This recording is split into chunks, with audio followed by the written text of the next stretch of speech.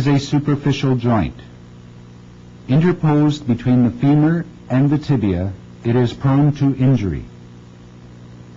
Because of the shape of the articulating surfaces, there is little inherent stability in the knee joint, and the ligamentous structures play an extremely important role in maintaining stability of the knee. Inspection.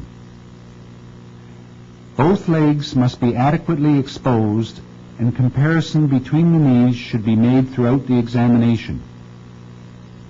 During the gait cycle, the knee is maintained in slight flexion, except at the point of heel strike when it is in full extension.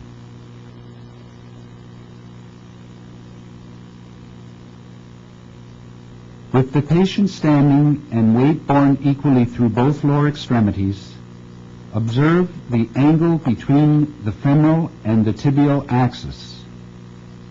Normally, the tibia is in slight valgus with respect to the femur and is usually more pronounced in the female because of the wider pelvis than in the male. Excessive valgus or genu valgum gives rise to the knock-knee deformity, in which the medial aspect of the knees are in contact with each other while the medial malleoli are widely separated at the ankles. In varus deformities of the knees, or genu varum, the knees are separated, but the medial malleoli are in contact with each other. Genu varum is commonly associated with medial compartment osteoarthritis of the knee.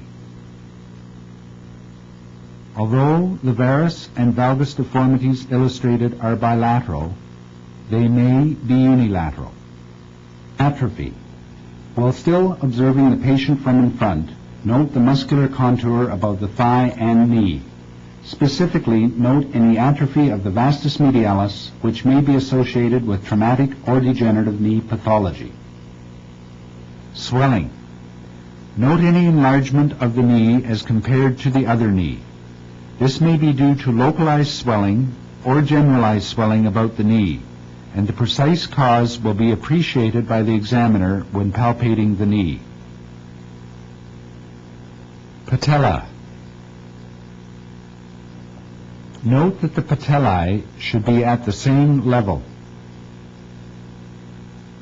and each pointing in a similar direction. Next, observe the patient from the side. The knee should be in full extension. In females and adolescents, occasionally slight hyperextension up to 5 degrees, also known as back kneeing or recurvatum, is normal, providing that it is symmetrical. While standing behind the patient, observe the popliteal fossa region, noting in particular any swelling as compared to the other side. Palpation. Bony landmarks. Patella. With the patient in the supine position, palpate the patella. Its size and shape should be noted and compared to the opposite knee. The superior and inferior pole of the patella can be localized. By pressing the patella medially with the thumb, the undermedial surface can be palpated, noting any tenderness or irregularity, and likewise, with lateral pressure applied to its medial border, the lateral articular aspect can be palpated. With the patella displaced either medially or laterally, also palpate the anterior portion of the femoral condyle, which becomes uncovered. Tibial tubercle. With the knees now flexed to 90 degrees, locate the inferior pole of the patella. Palpating inferiorly along the course of the patellar tendon, the examiner encounters the tibial tubercle, which may be excessively tender and prominent in the adolescent with Osgood-Schlatter syndrome. Palpating upwards with the thumb along each side of the patellar tendon, the examiner notes a depression anteriorly. With firm pressure inwards and upwards, the examiner locates the medial and lateral femoral condyles respectively, and with pressure directed more inferiorly, the anterior margins of the medial and lateral tibial plateaus can be palpated.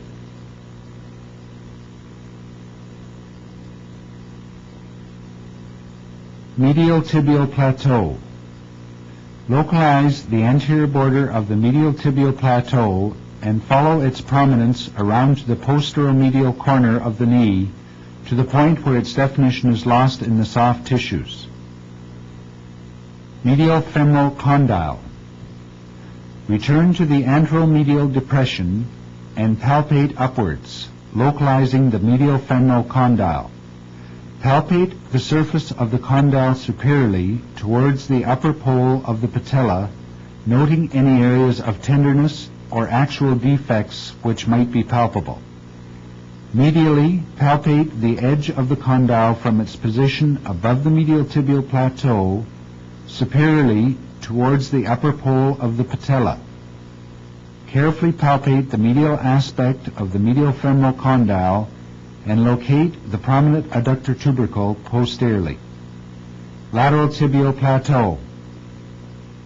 Locate the anterior depression just lateral to the patellar tendon, and inferiorly the examiner locates the anterior aspect of the lateral tibial plateau. Follow the upper aspect of the lateral tibia posteriorly and the prominence of Gerdy's tubercle. The site of insertion of the fascia lata is palpable. Head of the fibula. Continue to follow the lateral tibial plateau around posteriorly until a more lateral prominence is encountered. This is the head of the fibula, and its anterior and posterior border should be localized. Lateral femoral condyle. Return to the anterolateral soft tissue depression and palpating upwards, locate the lateral femoral condyle. Less of the articular surface of the lateral femoral condyle is palpable than the medial condyle because of the overlying lateral aspect of the patella.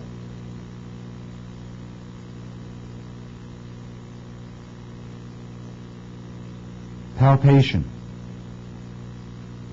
Soft tissues. Because the knee joint is superficial, inflammatory or infectious conditions causing elevated temperature in the knee can be readily detected by the examiner. Slide the palm of the hand down the anterior thigh, over the knee and along the anterior aspect of the tibia. A change in temperature gradient, if present, will be readily noted by the examiner. Anterior aspect. With the patient supine, instruct the patient to isometrically contract the quadriceps muscle. Regions of the vastus medialis and vastus lateralis are noted, and palpate each region and compare to the opposite extremity, noting the consistency and firmness of the muscle mass. If there is weakness of the vastus medialis, the muscle will not feel as firm as compared to its opposite normal.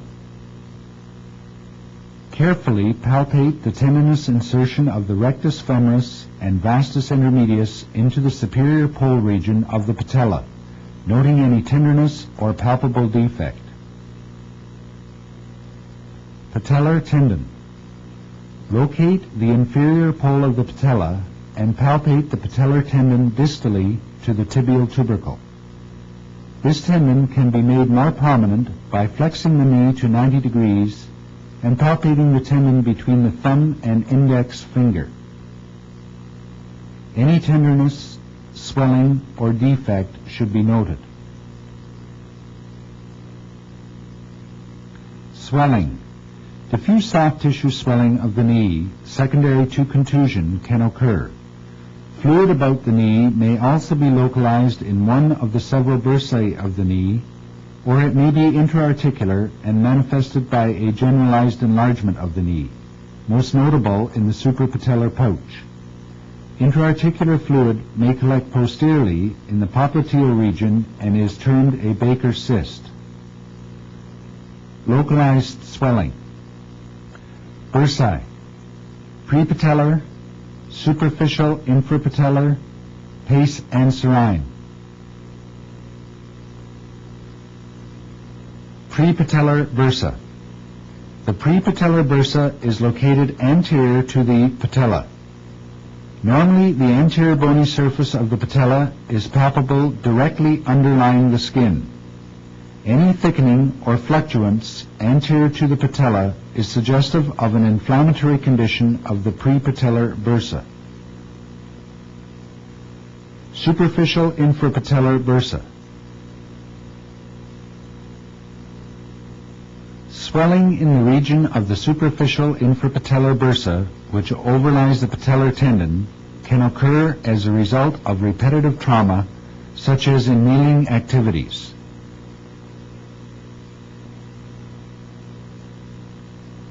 Pes anserine bursa. The pes anserine bursa is located deep to the insertion of the sartorius, gracilis, and semitendinosus muscles on the medial aspect of the upper tibia, and this region should be palpated, noting any swelling, thickening, or tenderness. Generalized swelling. Effusion hemarthrosis. Synovial thickening. Bony enlargement.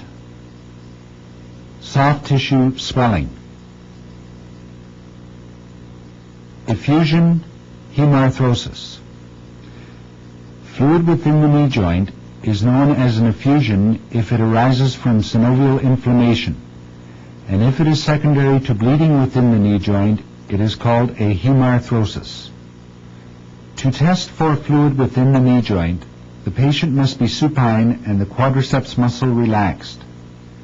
Place one hand anteriorly over the knee so that the thumb and index finger straddle the patella. With the other hand just above the patella in the region of the suprapatellar pouch, press downwards. If fluid is present in the suprapatellar pouch, it will be squeezed inferiorly, and the fluid pulse imparted to the thumb and index finger will be appreciated by the examiner.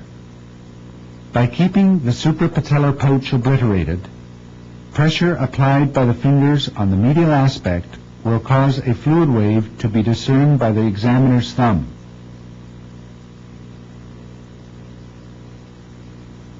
Conversely, if pressure is applied to both the medial and the lateral aspects of the knee, while relaxing the pressure on the suprapatellar pouch region, the fluid wave can be appreciated by the examiner's hand as fluid is pushed back into the region of the suprapatellar pouch.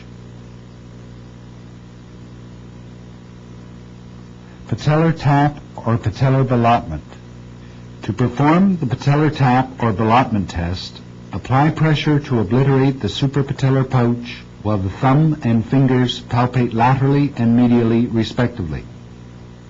With the other hand, press the patella sharply downwards onto the femur and release. The patellar tap or patellar ballottement sign is not an absolute indication of an effusion.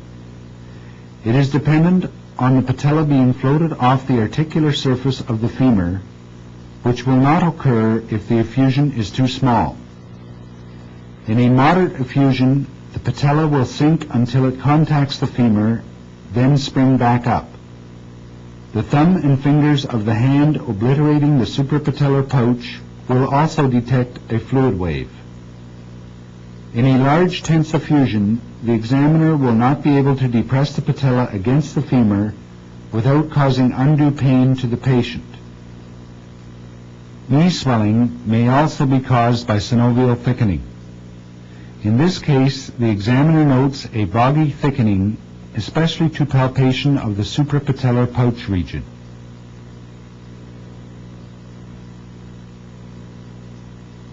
Enlargement of bone or osteophytes, especially in the region of the femoral condyles, may also cause apparent swelling of the knee.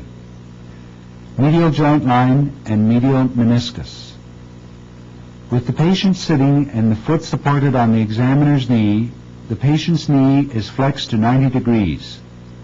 Relocate the soft depression anterior and medial to the patellar tendon. Now locate the femoral condyle above, the tibial plateau below, and the medial joint line and peripheral attachment of the medial meniscus can be followed around to the posterior medial corner of the knee. It is extremely important to localize tenderness to either the femoral condyle above, the tibial margin below, or to the joint line, because not all tenderness on the medial aspect of the knee is indicative of a torn medial meniscus.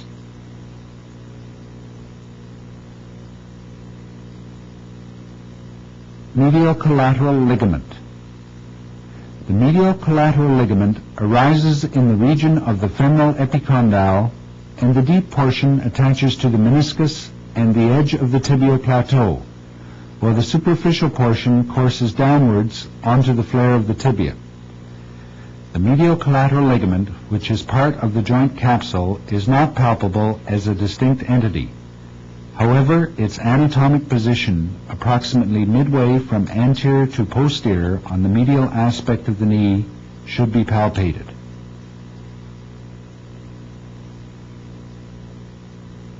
Lateral joint line. With the patient still in the sitting position, re-identify the soft tissue depression just anterolateral to the patellar tendon.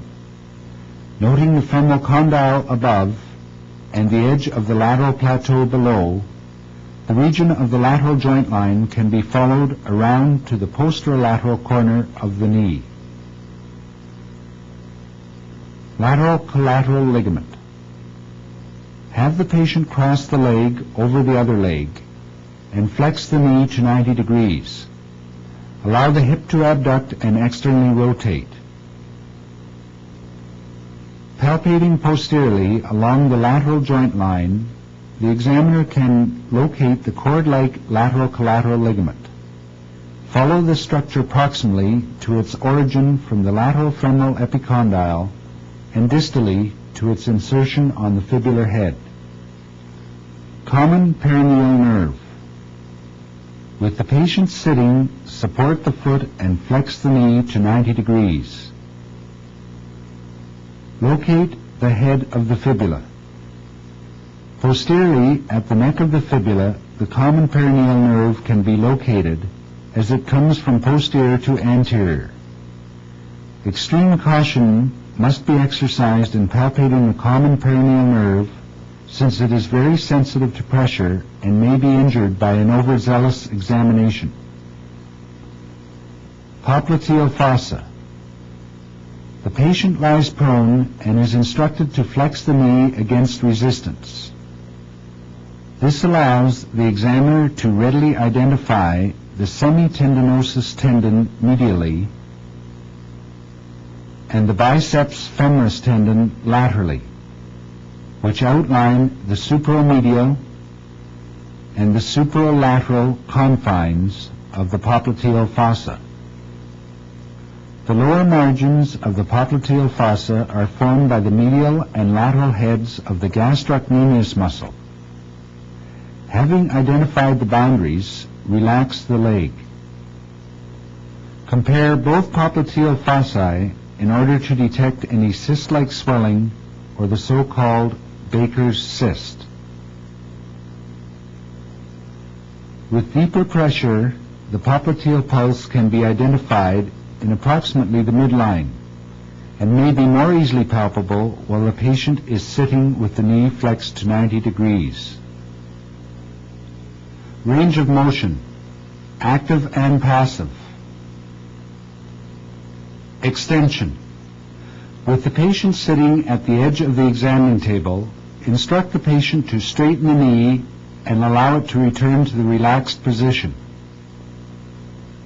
Since the knee joint is superficial, it should be palpated during this extension-flexion motion, and the examiner may be able to detect crepitus arising from the knee joint. Compare extension to the other knee, noting any lack of full extension. If a patient is unable to fully extend the knee, but passively the knee can be brought into full extension by the examiner, then this represents an extensor lag. and is likely due to weakness of the quadriceps muscle. If, on the other hand, the examiner is unable to fully extend the knee passively, then this may represent either a flexion contracture, or if the resistance to extension feels springy, then a locked knee from an interposed torn meniscus is possible. Rotation. In the sitting position, instruct the patient to internally rotate the lower leg and externally rotate the lower leg. There is approximately 10 degrees of internal rotation and 10 degrees of external rotation of the tibia with the knee in the flexed position. This can be confirmed passively while palpating the tibial tubercle.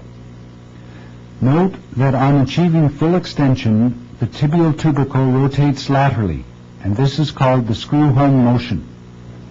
Note that no further external or internal rotation of the tibia is possible with the knee in full extension.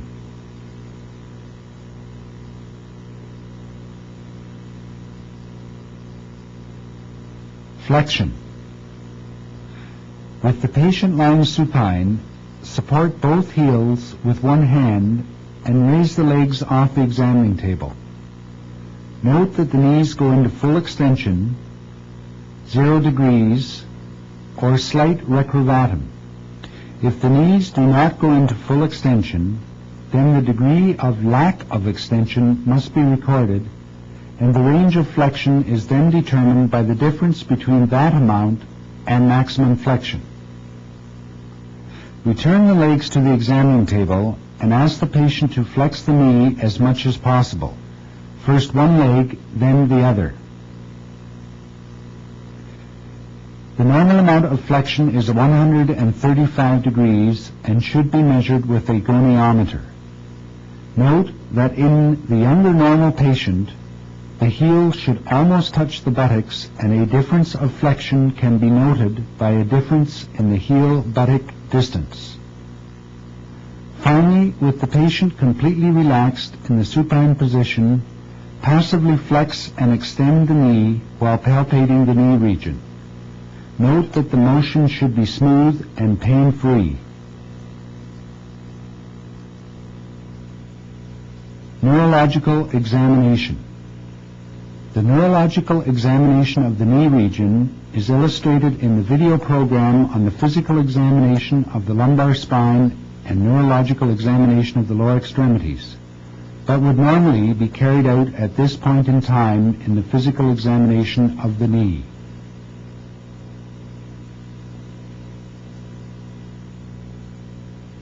Special tests. Measurement of quadriceps atrophy. Special tests related to patella. Special tests related to meniscus. Special tests related to knee stability. Measurement of quadriceps atrophy. Following a significant injury to the knee, atrophy of the quadriceps muscle may be noted. Numerical documentation by the examiner is essential so that rehabilitation can be followed more accurately. Localize the anteromedial joint line bilaterally and mark a point 4 inches or 10 centimeters proximally. Measure and record the circumference of the thigh at this point. Do not measure from the superior pole of the patella, as this is not a fixed or a constant bony landmark. Special tests related to patella. Patellar apprehension sign. With the patient in the supine position and the quadriceps relaxed, the examiner applies pressure along the medial border of the patella, attempting to push the patella laterally while progressively flexing the knee. Observe the patient's face for any sign of distress, and also note any contraction of the quadriceps muscle which tends to relocate or centralize the patella. The patellar apprehension sign is a useful test when recurrent lateral subluxation or dislocation of the patella is suspected. Patellofemoral grind test. This test is described primarily so that the examiner will not use it. The patient is supine with the legs relaxed. Distal pressure is applied to the proximal pole of the patella using the thumb and index finger. The patient is then instructed to contract the quadriceps muscle, and the report of pain by the patient is said to be indicative of pathology in the articular surfaces of the patella and femur. I find that the patellofemoral grind test is frequently positive in normal individuals, and also it can cause extreme pain, and the examiner will lose the cooperation of the patient. With the knee relaxed, I find that gentle pressure applied to the anterior aspect of the patella while attempting to move the patella back and forth, or medially and laterally, as well as proximally and distally, will allow crepitus to be palpated if significant articular pathology is present. This is much less distressing for the patient than the formal patellofemoral grind test. Special tests related to meniscus. McMurray test. The McMurray test is a useful adjunct to the diagnosis of a longitudinal tear or a flap tear of the posterior part of a semilunar cartilage. To test the medial meniscus, the patient lies supine, and by grasping the heel with one hand, the leg is fully flexed at the knee. The other hand is placed over the knee so that the fingers are along the posteromedial joint line and the thumb along the posterolateral joint line. Internally and externally rotate the leg in the fully flexed position. End with external rotation and apply a valgus stress to the lower leg while slowly extending the knee. The production of a click or snap, which is palpable along the medial joint line and may also be audible, is usually sensed by the patient with associated pain and indicates a positive McMurray's test.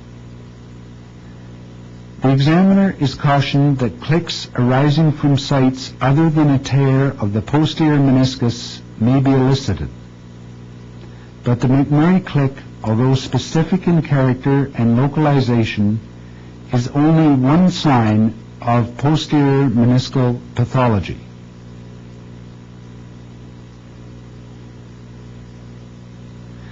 Testing for the posterolateral meniscus is done in a similar manner, but this time the leg is maintained internally rotated and a varus stress applied.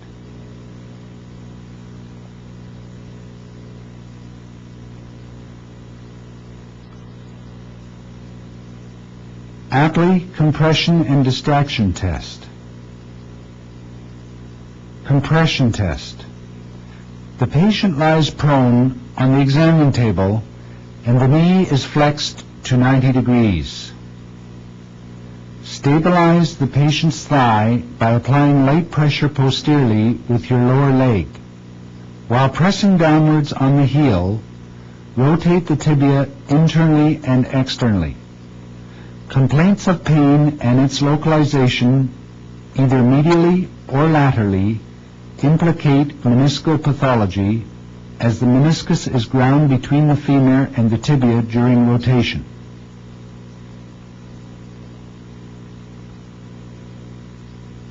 Distraction test. Maintaining the same position, now distract the knee by pulling upwards on the foot and heel. Again, internally and externally rotate the tibia, and any pain produced should be localized by the patient. In the distraction test, the collateral ligaments, capsule, and coronary ligaments are being stretched, and a positive test would indicate pathology in these structures rather than the meniscus.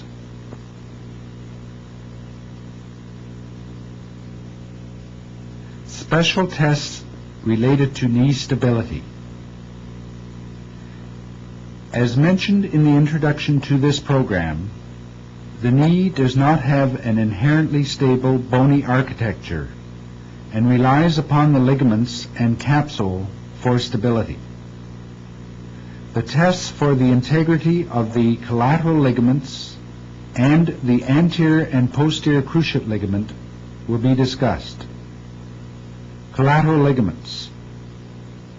Medial. With the patient in the supine position, allow the thigh to remain on the examining table to assist patient relaxation. Abduct the leg and stabilize the lower leg between the examiner's arm and body to allow both hands to be free. Apply one hand to the lateral aspect of the knee and with the other hand palpate the medial joint line. A valgus stress is then applied to the knee, initially in full extension and then in approximately 30 degrees of flexion, while palpating the medial joint line to detect any opening or separation of the upper tibial margin from the distal femur. Medial opening of the knee in extension, as well as flexion, implies a more significant instability and consequently more structural damage than does opening in flexion alone. Lateral. To test for lateral instability, adopt the same position as for testing medial stability, but this time the fulcrum is placed on the medial aspect of the knee, and with the other hand palpate the lateral joint line. Apply a varus stress to the knee, both in full extension and also in 30 degrees of flexion. Again, instability demonstrated in full extension implies more structural damage on the lateral side than does instability which is only present at 30 degrees of flexion. Stress views can confirm the diagnosis, and if patient relaxation is not possible because of pain, the use of local, regional, or general anesthesia may be indicated. The examiner is reminded that for any ligament test, comparison must be made with the opposite knee. Anterior cruciate ligament. The primary restraint to anterior displacement of the tibia on the femur is the anterior cruciate ligament. Anterior drawer test. The anterior drawer test is performed with the patient supine and the knees flexed to 90 degrees and the feet flat on the examining table. Stabilize the foot by gently sitting on it and cup both hands around the back of the upper tibia while the thumbs palpate the anteromedial and anterolateral joint lines. Assure the hamstrings are not contracting by palpation posteriorly. Attempt to draw the tibia forward from under the femur, which would signify a positive test. Compare with the other knee.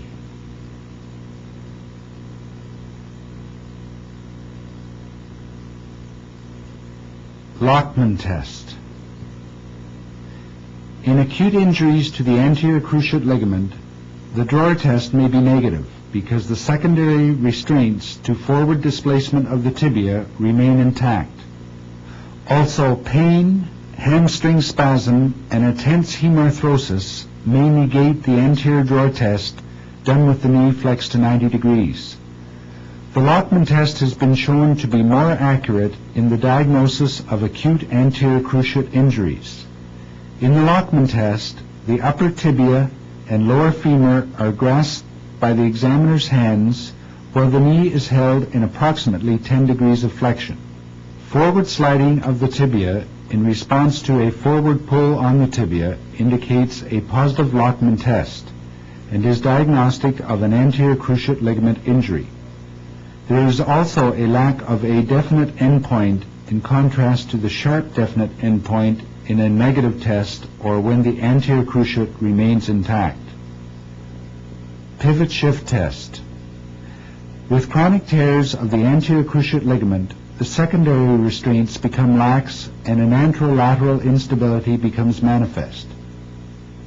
In full extension, the anterolateral aspect of the tibia subluxes forward from under the femoral condyle and reduces during flexion. To demonstrate this phenomenon clinically, the patient lies supine and the leg is elevated by grasping the tibia above the ankle. Internally rotate the tibia and apply an anterovalgus force over the upper lateral aspect of the lower leg. Passively flex the knee, and at approximately 30 to 40 degrees, the tibia will appear to jump posteriorly into its reduced position. Likewise, progressing from a flexed position, the tibia will appear to jump anteriorly as full extension is approached.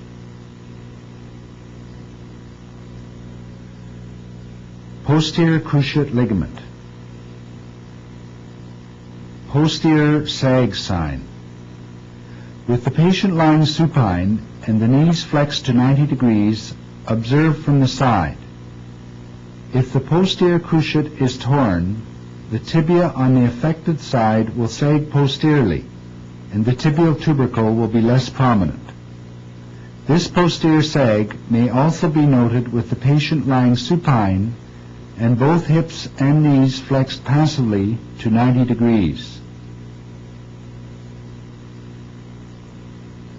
Posterior drawer test. This test is performed in a similar manner to the anterior drawer test, but in this case posterior pressure is applied to the upper tibia, and in the presence of a posterior cruciate ligament tear, the tibia will be observed and felt to displace backwards. The drawer tests are normally performed at the same time, but it is essential to first look for a posterior sag. If the tibia is already displaced backwards, then performing the anterior drawer test will merely reduce the posterior sublux tibia to its normal position, and this does not indicate a torn anterior cruciate ligament.